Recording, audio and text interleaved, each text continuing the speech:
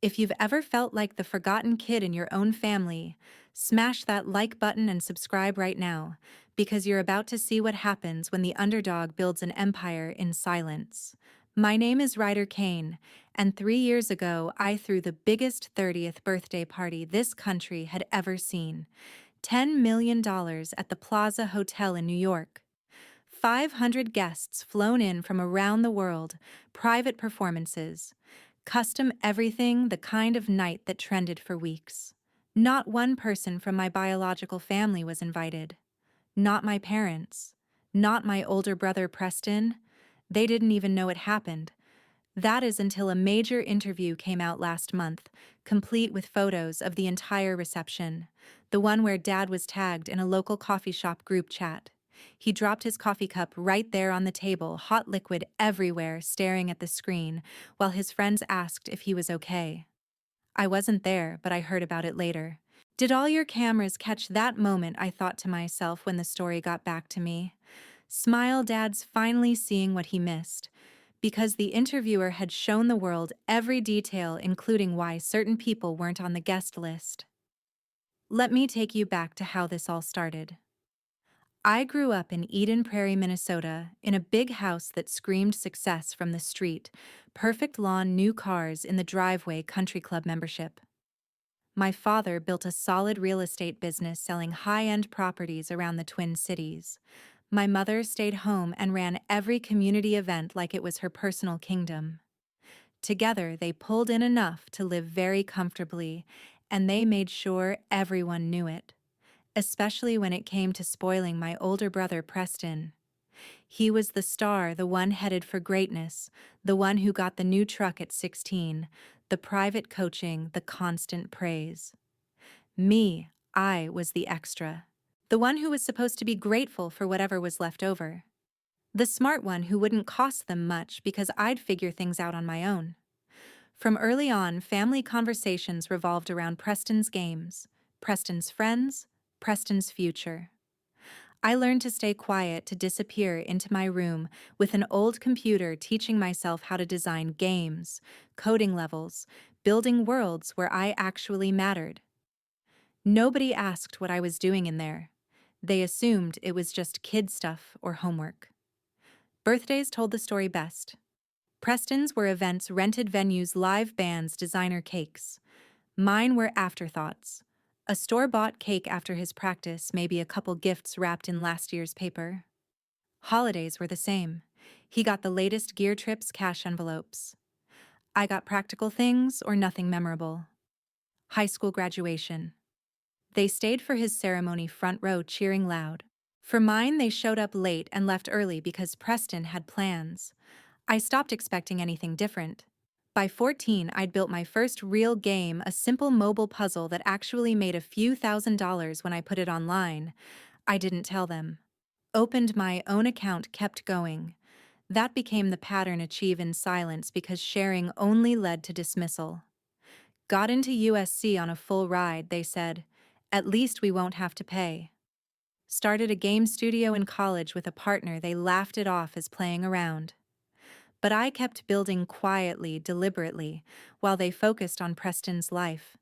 And when I decided to celebrate turning 30 with the party of the decade, I invited everyone who'd ever believed in me. Mentors, team members, real friends, my real family, the ones who showed up for me when no one else did. Blood relatives. Not a single invitation, no save the date, no mention in phone calls. They never knew, until that interview dropped photos everywhere, and Dad's coffee hit the floor. What happened next changed everything for them. And for me, it finally closed a chapter I'd been waiting to end. Hit that subscribe button if you've ever had to cut ties with family who never saw your worth, because the fallout you're about to hear absolutely flipped their world upside down. Growing up in Eden Prairie felt like living in a postcard suburb, wide streets, big yards, everyone waving as they drove their SUVs to the country club or the lake. Our house sat on a quiet cul-de-sac, 5 bedrooms, 3-car garage, the kind of place that made neighbors stop and compliment the landscaping. Dad had built a steady real estate business flipping luxury homes around the Twin Cities area. He closed deals on properties with private docks and heated pools, pulling in commissions that kept us comfortable and visible in local circles. Mom ran the social side. She organized charity galas, holiday parties for the neighborhood, and made sure we were always at the right events. Together, they created this image of the perfect family, and most people bought it. But inside those walls, the picture was different. Preston arrived first 4 years ahead of me, and from the start, he was the one they poured everything into. He played hockey from the time he could skate, and every weekend revolved around his practices and games. Dad coached his team. Some seasons showed up in a custom jacket with Preston's number on the back. Mom kept a scrapbook thick with newspaper clippings about his goals and awards. New gear every year, private lessons, overnight tournaments in Canada, they never missed one. I tagged along sometimes, sitting in cold rinks with a book or my handheld console waiting for it to end. When I tried hockey for a season at 10, I wasn't bad. But after a few games, Dad said it was probably better to focus on school since Preston needed the ice time more. That was the first time I heard the comparison out loud. Preston got the bigger bedroom when we moved in, the one with the walk-in closet and view of the backyard pond. His walls filled with framed jerseys and trophies. Mine stayed mostly bare. At Christmas, his gifts spilled across the living room. New sticks, gaming systems, envelopes with cash for whatever he wanted. I usually got clothes I needed for school. Maybe one thing I'd asked for if it wasn't too expensive. One year, he unwrapped a dirt bike. I got a calculator and some books. Mom wrapped everything beautifully, but the difference was impossible to miss.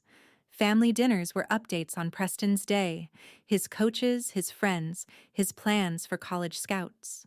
I'd sit there eating, waiting for a turn that rarely came. If I mentioned a good grade or a school project, Dad would nod and say that's great, then ask Preston about his next game. Mom might add that I was always so independent, like it was a compliment. Birthdays followed the same pattern. Preston's 13th was a full party at the local golf club. DJ catered food, half the school invited. Mine that year was pizza with the four of us after his practice ran late.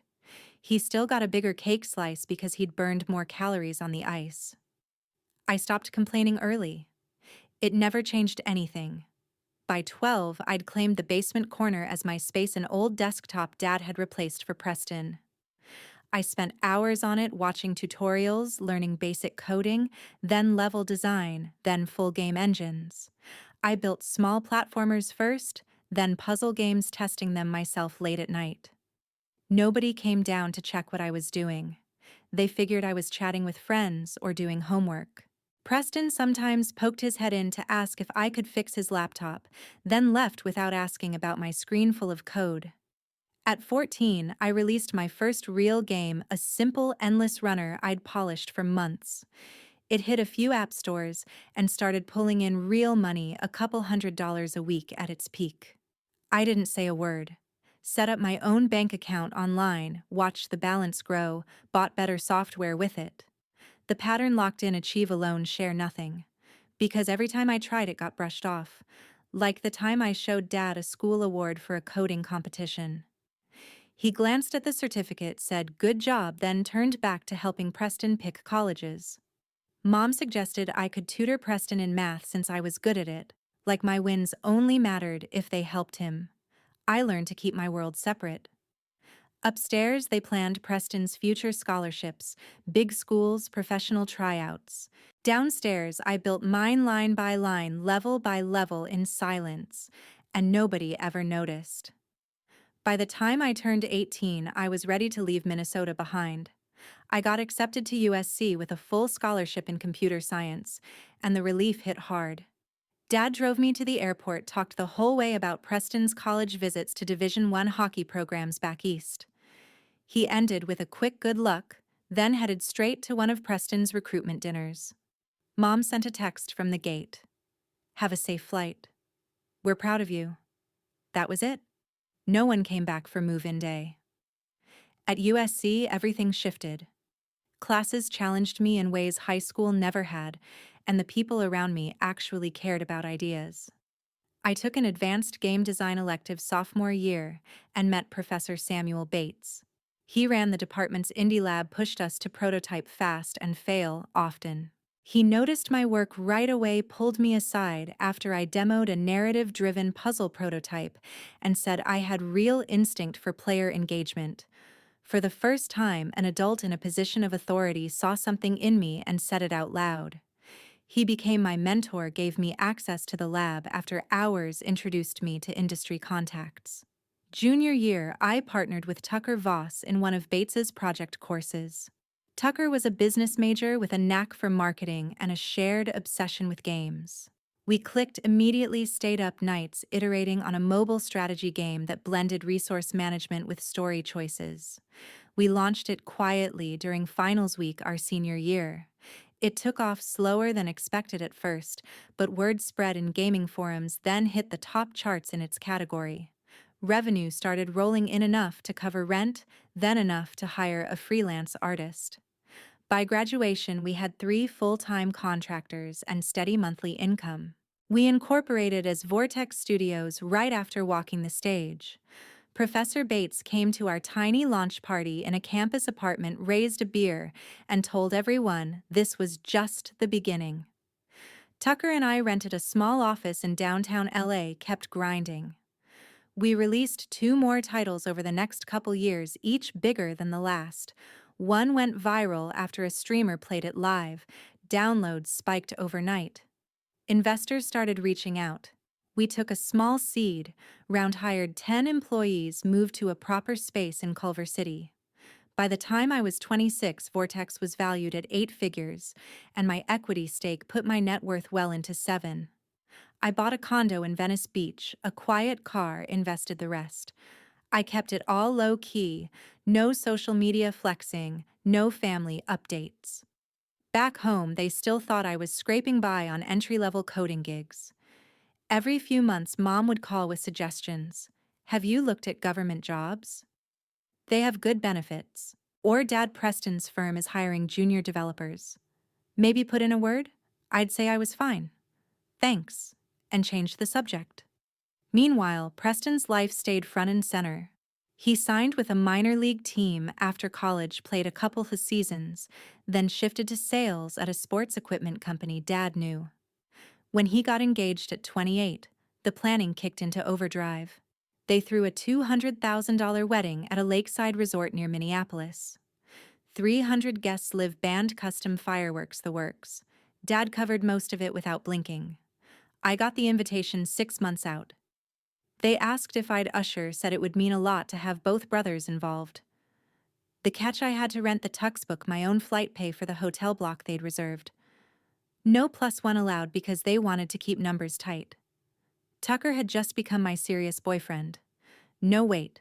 By then we'd been together 2 years, but he'd never met my family. I flew in alone. Wore the rented tux, stood where they told me, smiled for photos.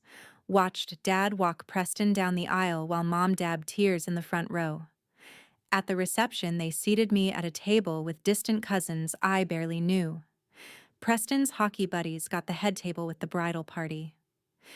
During toasts, Dad talked about Preston's drive, his leadership, how he'd always been the one to make them proud. Mom added a line about family sticking together no matter what. I excused myself midway through dinner, stepped outside, and stood by the water until the urge to leave passed. No one came looking. Later, Preston clapped me on the back, said thanks for coming, then got pulled away by friends. I flew home the next morning. That night sealed it. I stopped trying to bridge the gap. Vortex kept growing, major publishing deal, console ports, 60 employees across 2 offices. My worth crossed 9 figures quietly. And through all of it, I shared none of it with them. They never asked the right questions, so I stopped offering answers. The next few years turned Vortex into something massive.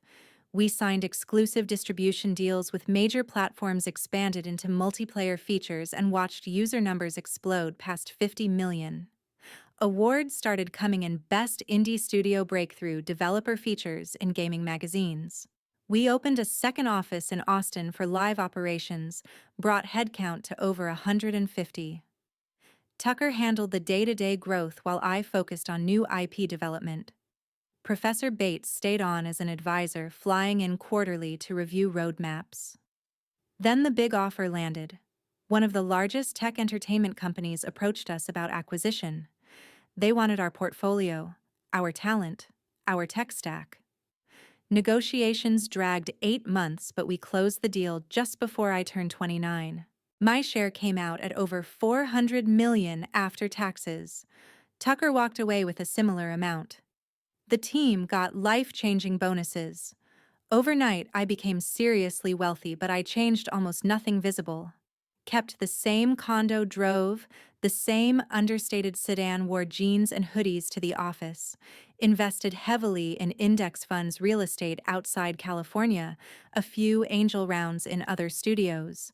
No private jet, no flashy watches. I met Daniela Ruiz around that time. She ran community management for a competing publisher, smart, direct, no patience for pretense. We started dating after a conference panel we both spoke on. She heard the full family history early, how conversations back home still revolved around Preston's promotions and Dad's latest listings. She met Professor Bates and Tucker long before anyone in Minnesota. When rare calls came from Mom asking if I'd considered moving back for cheaper living, I'd laugh and say business kept me on the West Coast. Dad once suggested I look into real estate investing with him, said he could show me good deals around the lakes. I told him I was already diversified, thanks. They accepted the vague answers because it fit the story they'd always had about me: capable, but not exceptional, grinding away in tech without much to show. Preston sent occasional texts about his new house or the kids' activities, always ending with a line about how I should visit sometime. I kept replies short. As my 30th approached, Daniela asked what I wanted to do. A quiet dinner felt wrong after everything we'd built. I thought about all the milestones I'd hit alone, or with people who actually showed up. The scholarship no one celebrated.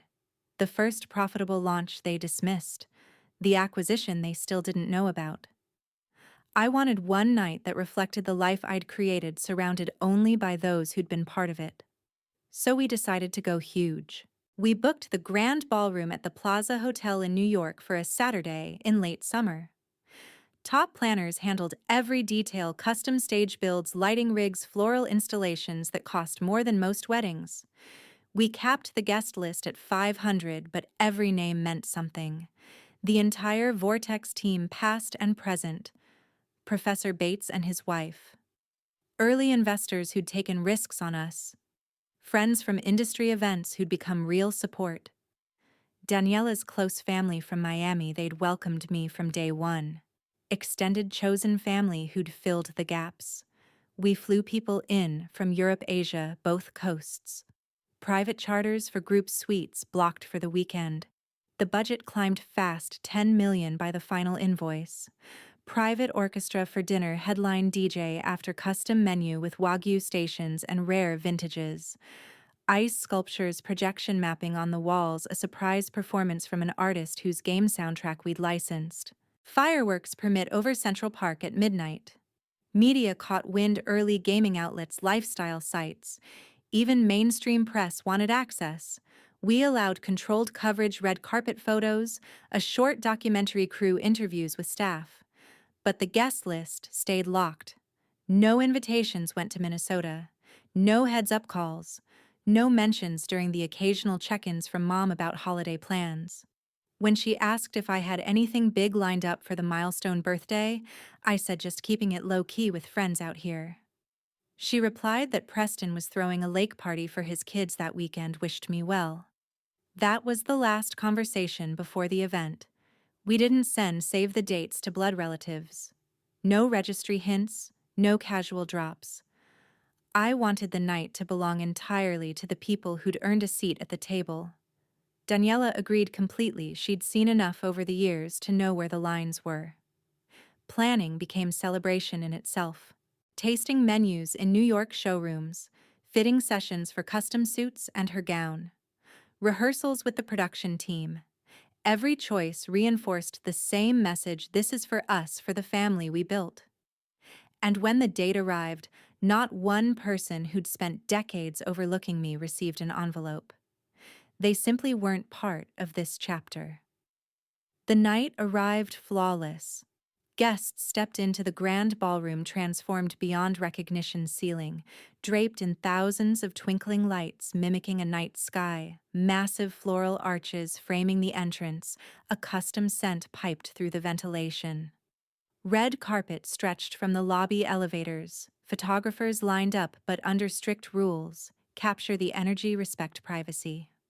Everyone dressed to the nines, tuxedos, gown statements that reflected years of hard work paying off. Daniela walked in beside me, stunning in a deep emerald dress we'd chosen together in Paris. The orchestra struck up as we entered, playing a piece we'd commissioned based on one of our game soundtracks. Cocktail hour flowed across multiple spaces, champagne towers, raw bars with fresh seafood flown in that morning caviar stations. Conversations buzzed, old team members reuniting, investors swapping stories, Professor Bates holding court with newer hires about early prototypes. Dinner seated everyone at long tables running the length of the room, crystal and gold everywhere, courses rolling out in perfect rhythm. Wagyu sliders to start, lobster risotto, truffle-infused mains, dessert installations that looked like interactive art. Tucker took the mic halfway through, roasted me lightly about dorm room beginnings, then got serious, talked about loyalty, vision, building something that lasted. Professor Bates followed, voice steady, recounting the first demo that caught his eye, how he'd known even then this kid from Minnesota had something rare. He ended by saying the room held proof of it. I spoke last, kept it short. Thanked them for betting on me when no one else did, for showing up in ways that mattered, for being the family I'd chosen. No one in the room needed explanation. The energy shifted after dinner, lights dimmed, DJ took over, dance floor filled instantly. Surprise guests hit the stage, performances tied to games we'd made. At midnight, we moved to the terrace for the fireworks bursts, synchronized to music lighting up Central Park below. Phones captured it all, but the moment felt private despite the scale. People lingered until dawn, some crashing in suites, others heading to after-parties in lounges we'd reserved. It was exactly what I'd pictured: celebration without apology, surrounded by proof that real support exists. Media coverage exploded the following weeks. Gaming sites ran full spreads. Vortex founder throws party of the decade. Lifestyle outlets picked it up, photos of the ballroom, the terrace, the fireworks. Mainstream press called it the social event of the summer, speculated on costs, highlighted guest list, heavy with industry power players. Clips circulated, articles quoted attendees calling it unforgettable. My name trended alongside the studios, but life moved forward. We expanded operations, launched new titles, settled into a brownstone in Brooklyn together with Daniela. Years passed quietly on the family front, sporadic texts, holiday cards, surface updates. 3 years later, a journalist from a major business magazine reached out. They wanted a "Where Are They Now" feature on indie success stories, post-acquisition. Most interviews I'd turned down, but this one felt different. The writer Elena Marquez asked deep questions from the start about drive, early obstacles, what kept me going when support was scarce. We met at the house over 2 days, photographer documenting casual shots. She pressed gently on personal background. I paused, then decided. Told her everything: the favoritism growing up, the achievements dismissed, the wedding I'd attended alone, the acquisition they never learned about, the party where they weren't invited, and why. How I'd built a life with people who saw me clearly. Elena listened without interrupting, took notes, asked follow-ups only for clarity. She said it was one of the most honest stories she'd heard. When the piece published, it led with the party photos, terrace at midnight, ballroom, glowing headlines about excess and triumph. Then it dove into the backstory. My words, direct quotes about feeling invisible for decades, choosing boundaries over pretense. The magazine spread it across pages, republishing event images alongside the narrative. It hit digital platforms hard, shared widely in entrepreneurial circles, then beyond. Comments poured in from people who'd lived similar dynamics. The truth was finally out there unfiltered. And for the first time, I didn't care who back home might see it. The article dropped on a Tuesday morning. Dad was at his usual spot, a corner booth in the local coffee shop where real estate guys gathered before showings. He scrolled through his phone over a refill when the magazine notification popped up in a community group chat. Someone had shared the link. Anyone know this Kane kid party looks insane? He clicked, saw the headline, then the lead photo me on the terrace city lights behind. His hand jerked. The mug slipped, coffee splashed across the table and onto his lap. The guys around him laughed, at first asked if he was okay. Then one recognized the name. Ronald. This your son? Dad stared longer.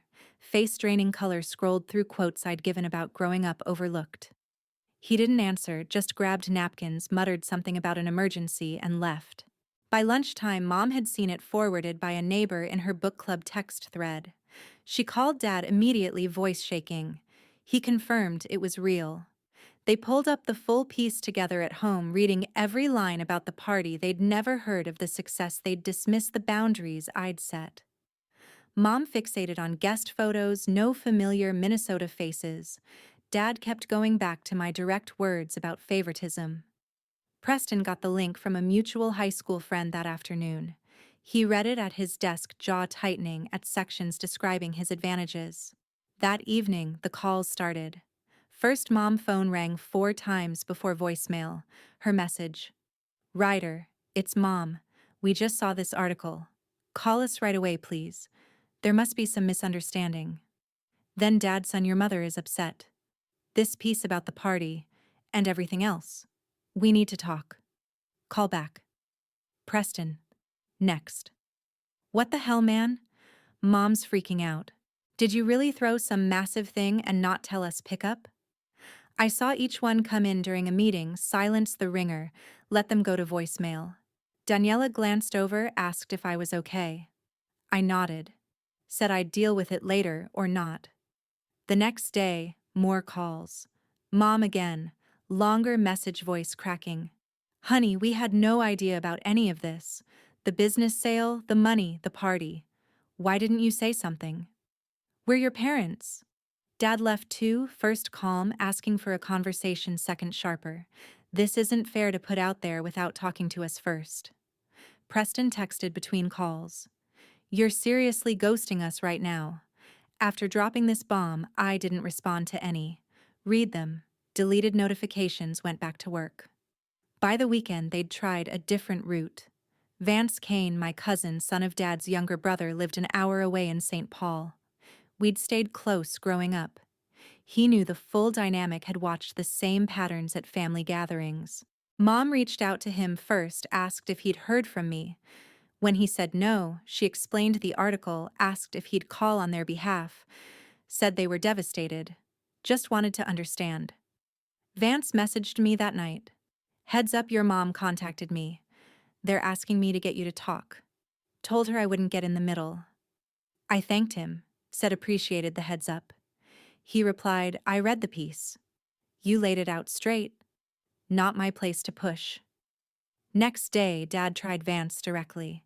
Left a voicemail. Vance played for me later. Tell Ryder we're sorry if he felt ignored. We want to make this right. Ask him to call. Vance texted Dad back politely. I've let Ryder know. He'll reach out if he wants. That ended it from Vance. He shut the door firm but civil. No more requests through him. The direct calls slowed after a week, but didn't stop entirely. Occasional texts from Mom. Thinking of you. Hope you're well. One from Preston. This is childish. At least explain yourself. I left everything on read. Daniela suggested blocking if it helped. I said the silence worked fine. It forced them to sit with the reality. No quick denial. No immediate spin. Just the public record of what I'd experienced and my choice not to engage. For the first time, the dynamic shifted on my terms, and I wasn't rushing to change it back. 2 weeks after the article, my assistant buzzed from the lobby. 3 people were downstairs asking to see me, said they were family. Ronald Brenda and Preston Kane. Security confirmed IDs. They weren't leaving. I sat at my desk a minute, staring at the city view. Daniela was home that day. Tucker in Austin.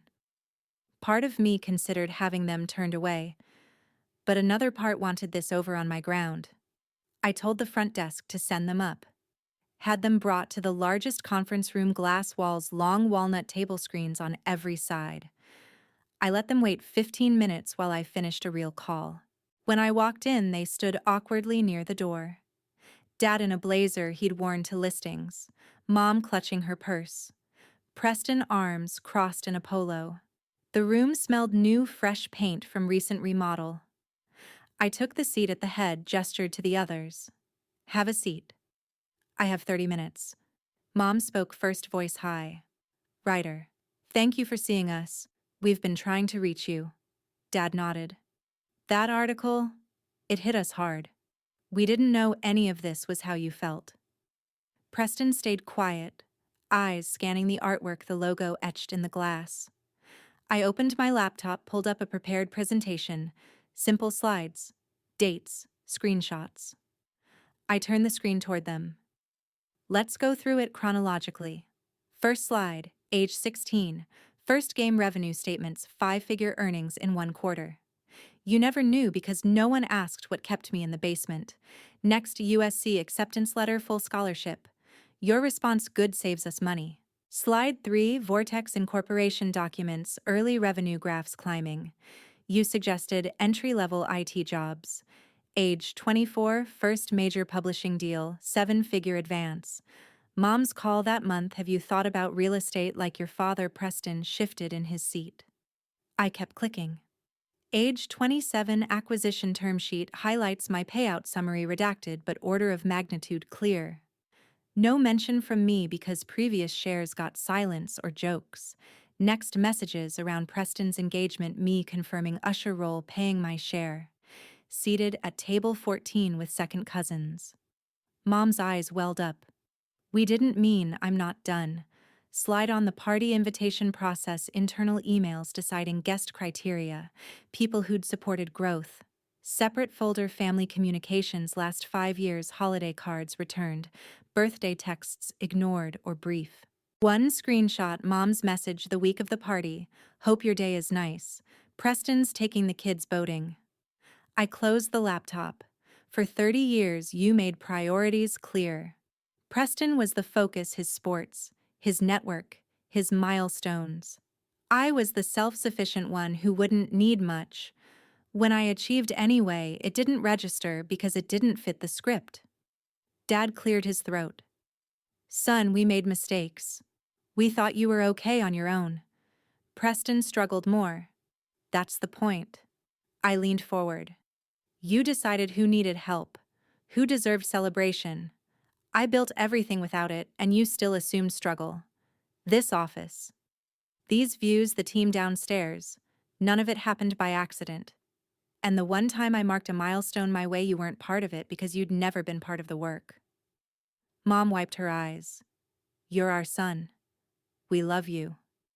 You love the version that stayed small, stayed convenient. Not this one. Preston finally spoke, voice tight. So you're punishing us. Airing it publicly, I'm not punishing. I'm stating facts. The article happened because someone asked for the full story. I gave it.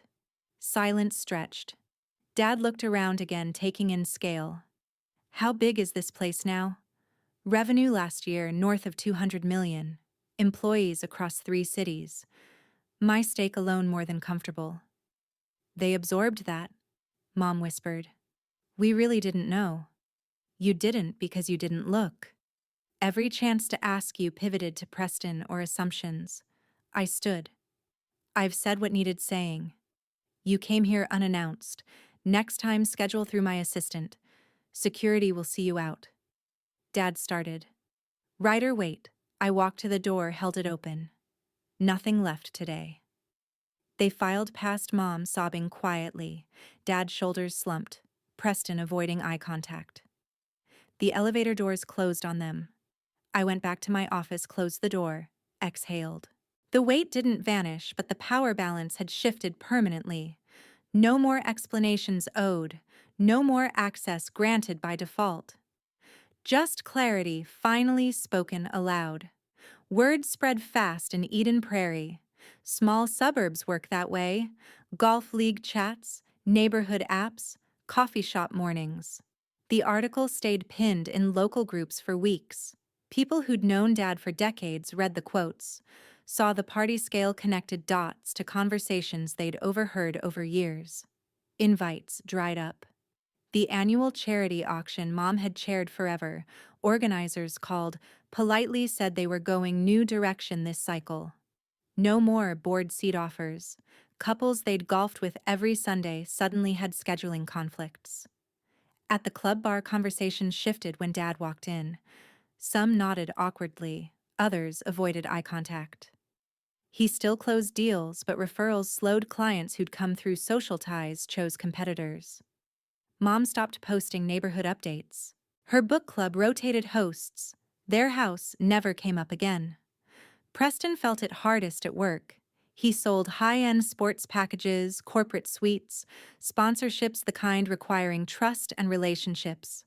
Clients in the Twin Cities circle read the piece, heard whispers at games. A few long-term accounts paused. Renewals cited budget reviews.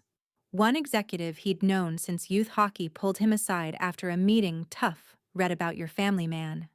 Maybe sit this season out? His pipeline thinned. Bonuses shrank. He switched firms once, hoping fresh start, but the story followed. Google search brought it up first page. No drama, no confrontation, just quiet distance. People protecting their own images in a tight community. I heard pieces through Vance, who still played rec league with mutual acquaintances. He'd text updates unprompted. Your dad was at the rink alone last weekend. Preston's table at the gala was half empty. I didn't respond much. Didn't need to. Daniela and I focused forward. We traveled when we wanted, quiet trips to places we'd talked about, hosted team retreats, mentored new founders. Professor Bates retired. We funded a scholarship in his name at USC. Tucker expanded the studio into new genres. Life stayed full, intentional. Occasional attempts came from Minnesota. A long email from Dad 6 months later, apology mixed with explanations, request for coffee.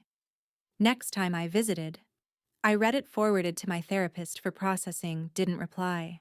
Mom sent birthday card the following year, store-bought generic message. Went straight to recycling. Preston messaged once on a holiday, kids miss their uncle. Maybe video call, I left it unread. No anger left, just firm lines. Extended relatives reached out sporadically, aunt reaching through social media, cousins asking if rumors true. I kept responses minimal or none. They'd watched the patterns for decades without speaking up. Silence now felt consistent. Years on, the distance held. I built traditions with people who chose me daily. Thanksgiving at Tucker's with his extended crew. Summer barbecues mixing studio staff and Daniela's relatives. Mentoring sessions where Professor Bates still dropped wisdom over dinner. These gatherings weren't flashy, just real. Laughter without comparison. Support without condition. Celebration because someone hit a milestone, no matter size. That's what family looks like when it's earned. Blood ties don't guarantee seats. They require showing up, seeing the person, not the role you assigned. I spent too long shrinking to fit theirs. Once I stopped, everything expanded. Wealth helped shore freedom to say no, to build without needing approval. But the real shift was internal. Knowing my worth wasn't negotiable. Not for nostalgia, not for appearances, not for avoiding discomfort on their end. The consequences they faced weren't my doing.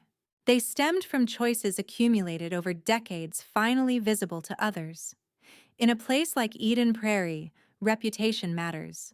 When actions contradict the perfect image, circles adjust, quietly, permanently. I don't wish hardship on them, but I don't carry responsibility for fixing it either. My energy stays with the life I've cultivated. With Daniela planning our next chapter. With the team pushing boundaries. With mentors turned friends. With the knowledge that support isn't inherited, it's mutual, consistent, chosen. If you've ever walked away from people who couldn't see you fully, you know the peace that follows. It's not revenge, it's alignment. Prioritizing peace over pretense, growth over guilt. The family that matters fills the room when you mark moments. Mine does every time. And that's enough. More than enough.